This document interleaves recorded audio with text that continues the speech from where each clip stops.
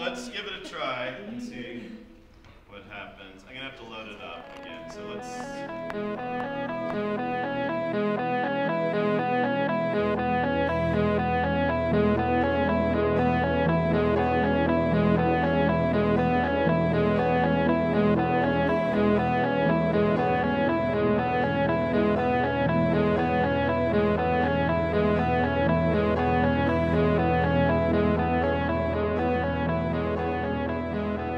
The structure of Hilma is a triptych. There are 3 parts. In the first part, we are introduced to Hilma and Defem, the group of 5 women who she did these seances with and channeled and created art with collaboratively. And we see how she is offered this set of instructions from the spirit guides and decides to accept, really putting herself forward and committing to this really strict, rigorous lifestyle of creating X number of paintings in certain dimensions. The first act structured as a musical, and it's the story of Hilma. It's probably the most like musical theater. There are big numbers you would find in a musical, and there's also sort of recitative scenes. You might expect to continue with the story of her life in this sort of naturalistic way, but instead Act 2 goes inside of her creative process, and we are physicalizing the spiritual journey that she takes when she does these seances to receive instructions for her paintings.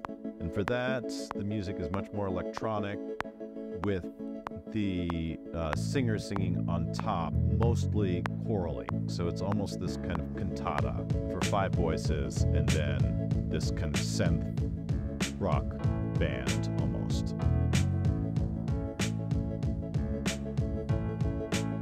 The third act it's a meta-theatrical take where the actors are now themselves singing about when they went to the Guggenheim in 2019 and saw Hilma's work.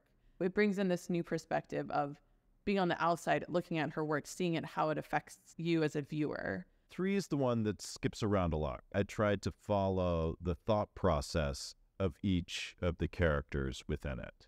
It uses more of a leitmotif system.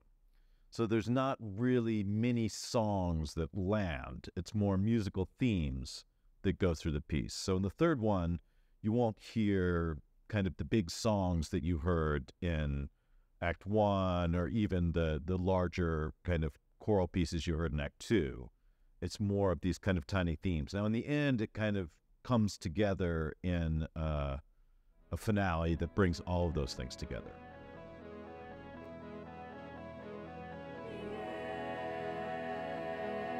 The next step is usually doing a lot of image research, and I love working with designers such as Kristen Robinson, who ask dramaturgically sound questions. I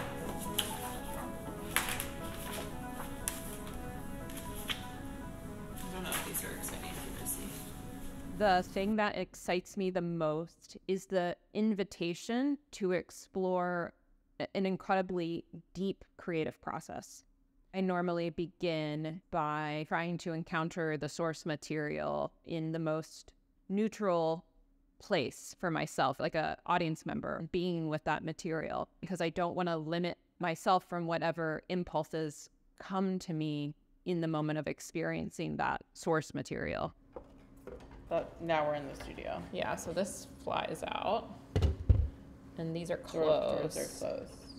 And let me get our little Amalie sticker. And the ladder. And maybe there's something cool about Amalie only fully. Quite often, I'll start with some sort of very crude 3-dimensional paper model to explore some idea. It's like whatever, again, comes to me as feeling right for that moment, I'll start exploring it in 3 dimensions. And then after that process, I might start a more technical analysis of the script where I'm writing down my own interpretation of staging ideas or the way I see the rules of the world or event unfolding, because I think my role as a set designer, I'm so often tasked with trying to make logic out of a beautiful sort of artistic source material mess that has a logic to it, but we need to figure out how to bring it into a 3-dimensional reality. And so I have to help start understanding the way the rules of that world is operating and functioning.